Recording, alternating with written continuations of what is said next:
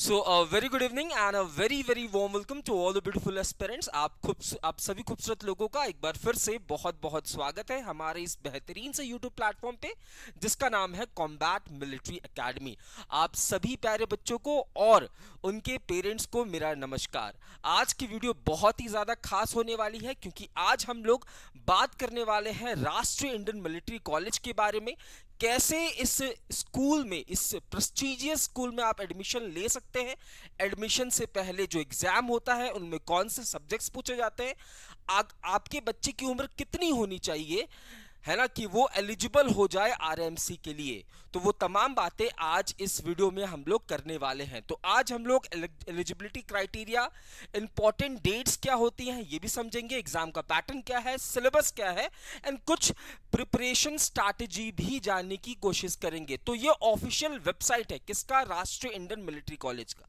सबसे पहली बात, राष्ट्रीय इंडियन मिलिट्री कॉलेज है ना साल में 2 बार एग्जाम कंडक्ट कराता है। एक एग्जाम जून के महीने में होता है और एक एग्जाम आपके दिसंबर के महीने में होता है। कौन से बच्चे एलिजिबल हैं? तो वो बच्चे या तो वो 7वीं पास कर चुके हैं या 7वीं में हैं। फिर से, अगर आपका बच्चा 7वीं पास कर चुका है या 7वीं में है तो वो एलिजिबल है। किस लिए? तो 8वीं में एडमिशन लेने के लिए। जी हाँ, आरएमसी में एडमिशंस क्लास 8 के लिए होते हैं। ठीक है। अगर मैं बात करूं यहां पे देखिए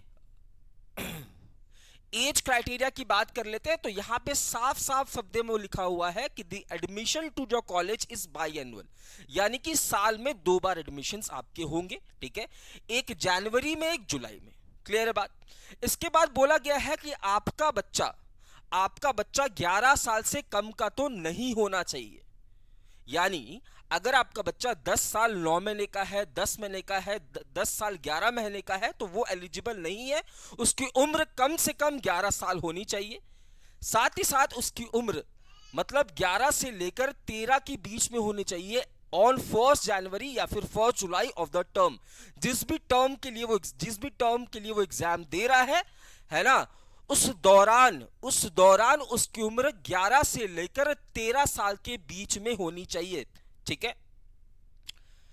इसके बाद अगर मैं बात करूं, ठीक है, तो क्लास 8 में एडमिशन होता है। मैंने आपको बताया आपका बच्चा या तो 7वीं पास कर चुका होगा या तो 7वीं में होगा, वो एलिजिबल हो जाता है। ठीक है।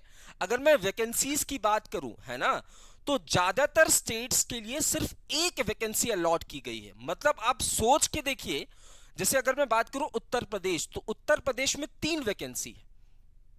इतने बड़े स्टेट में सिर्फ 3 लोगों को चुना जाएगा। तो आपको समझ में आ रहा होगा इससे कि एग्जाम का लेवल क्या है, किस तरीके के क्वेश्चंस पूछे जाते होंगे, है ना, कितने ताबड़तोड़ तरीके से ऐसे बच्चे पार्टिसिपेट कर रहे होंगे जो कि बहुत ज्यादा खतरनाक है अपनी तैयारी को लेकर।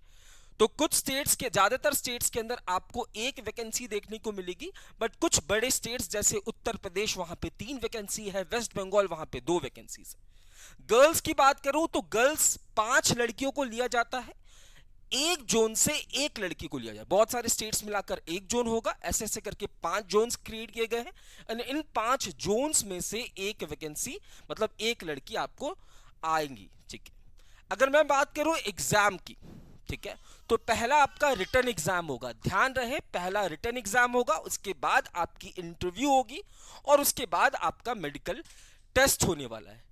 रिटन एग्जामिनेशन की बात करूं तो ये एक लौता ऐसा कॉम्पिटिटिव एग्जाम है जो आपसे लिखने के लिए कहता है। यानी कि जो मैथ्स का पेपर होगा, जैसे पहले आप देखिए 125 मार्क्स का मैथ्स आएगा, है ना, और 125 मार्क्स का इंग्लिश आएगा और इसे आपको लिखना होगा, है ना, यानी कि डिस्क्रिप्टिव पेपर है।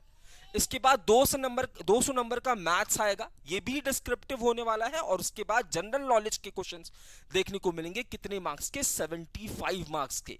यानी कि भैया ये पेपर कितने का हो गया, 400 नंबर का पेपर हो गया, 50 नंबर की इंटरव्यू, यानी कि कट ऑफ 450 नंबर में बनने वाला। खास बात यह है कि रिटन एग्जाम में आपको सभी सब्जेक्ट्स में एटलीस्ट 50% मार्क्स लाना होगा। आप भैया 50% मार्क्स नहीं लाते हो तो आप एलिजिबल नहीं। मतलब इंग्लिश में 125 क्वेश्चन है ना, तो इसमें आपको 50% मार्क्स लाना है। मैथ्स में 200 मार्क्स का मैथ्स आएगा, तो आपको 100 तो लाने ही है। इंग्लिश में 125 मार्क्स है इंग्लिश, तो 50% मार्क्स तो लाने ही पड़ेगा आपको, ठीक है। 50 नंबर का यहाँ पे क्या होता है, वाइवा होता है या इंटरव्यू होता है, ठीक है। और इसके बाद आपकी मेडिकल एग्जामिनेशंस होती है, ठीक है। आप देखोगे स्टेट वाइज वैकेंसीज कितनी है, आप देखो ज्यादातर स्टेट्स में एक ही वैकेंसी आपको देखने को मिल रही है ना। उत्तर प्रदेश में आपको 3 वैकेंसी, वेस्ट बंगाल में आपको 2 वैकेंसीज देखने को मिल रही हैं। और आप यहां देखेंगे अंडमान निकोबार, चंडीगढ़, दादरा नागर जो हमारी यूटीज है, वहां पे आपको एक वैकेंसी देखने को मिल रहा है, ठीक है। तो ये तो पूरा प्रोसेस होता है ना, किस तरीके कौन कौन से बच्चे एलिजिबल हैं आरएमसी का फॉर्म भरने के लिए, है ना। फॉर्म के जो फॉर्म्स हैं उनकी डेट्स जो है वो कब आती हैं, तो देखिए 1 दिसंबर को एग्जाम है आपका, दिसंबर में एग्जाम होगा, है ना। तो दिसंबर वाले एग्जाम के लिए जो फॉर्म्स हैं वो अगस्त सितंबर में आ जाएंगी। इससे पहले जो एग्जाम हुआ था वो 1 जून को हुआ था, ठीक है। तो एग्जाम से 2-3 महीने पहले आपका जो नोटिफिकेशन है वो जारी कर दिया जाता है आरएमसी के द्वारा। साथ ही साथ आपने एज लिमिट समझ लिया कि कौन से बच्चे फॉर्म भर सकते हैं, कौन कौन से सब्जेक्ट्स यहां पे पूछे जाते हैं। तो जनरल नॉलेज जिसमें करंट अफेयर्स भी पूछा जाएगा, हिस्ट्री भी पूछी जाएगी, पॉलिटी भी, इकोनॉमिक्स भी, तमाम चीजें पूछी जाएंगी। मैथ्स में वही एलिमेंट्री मैथमेटिक्स आपसे पूछा जाएगा जो आप पढ़ते आ रहे हो, जो आपका 7th का सिलेबस है। साथ ही साथ यहाँ पे आपसे इंग्लिश भी पूछा जाएगा जिसमें वोकैबुलरी भी होंगी, कॉम्प्रीहेंशंस भी होंगे, तमाम चीजें होने वाली है। अब प्रिपरेशन का स्ट्रैटेजी क्या होना चाहिए आपका, इसके बारे में भी बात कर लेते हैं, ठीक है। तो देखिए पास पेपर सबसे इंपॉर्टेंट चीज, आपको जो पिछले एग्जाम्स हुए हैं, है ना, पिछले जो आरएमसी के एग्जाम्स हुए, कम से कम 4 से 5 साल के पेपर्स को आपको सॉल्व कर लेना है, ताकि आपको यह पता चल सके कि एग्जाम किस पैटर्न पे आधारित क्वेश्चन पूछता है, किस लेवल का क्वेश्चन पूछता है, ठीक है। साथ ही साथ आप जिस भी संस्थान से, जिस भी कोचिंग से जुड़े हुए हैं, उनके द्वारा दी गई मॉक टेस्ट को जरूर अटेम्प्ट करें, ठीक है। इसके बाद आपको national current affairs, international current affairs से भी रूबरू होना पड़ेगा, है ना। स्टेट के करंट अफेयर्स पूछ लिए जाएंगे, है ना, स्पोर्ट्स रिलेटेड करंट अफेयर्स पूछ लिए जाएंगे, डिफेंस की कोई न्यूज पूछ ली जाएगी, है ना, बुक्स एंड ऑथर्स की कोई न्यूज पूछ ली जाएगी, इंपॉर्टेंट डे से सवाल पूछे जाएंगे। तो करंट अफेयर्स से भी आपको रूबरू होना है, ठीक है। अपनी लैंग्वेज स्किल्स को इन्हांस करने की जरूरत है, साथ ही साथ जो अर्थमेटिक एंड ज्योमेट्रिक कंसेप्ट्स हैं वो भी क्लियर करने की जरूरत है, वो भी कंसेप्ट को क्लियर करने की जरूरत है। तो कुल मिलाकर, है ना, आपको इस तरीके से तैयारी करना है कि ये इंडिया की, है ना, इंडिया की मोस्ट प्रेस्टिजियस पब्लिक स्कूल में आप जाना चाहते हो या जाने वाले हो, है ना। इसकी जो सिलेक्शन रेट है वो लगभग 98-99% सिलेक्शन रेट है, यानी कि जो बच्चा एक बार आरएमसी में चला गया तो भैया वो ऑफिसर बन के ही निकलता है। इस तरीके से आपको यहां पे शिक्षा दी जाती है। आपका ओवरऑल, है ना, आपकी पूरी ओवरऑल चीजों पे काम किया जाता है। आपको स्पोर्ट्स एंड गेम्स खिलाए जाएंगे, सारे तरीके की एक्टिविटीज जो है वो कराई जाएंगी।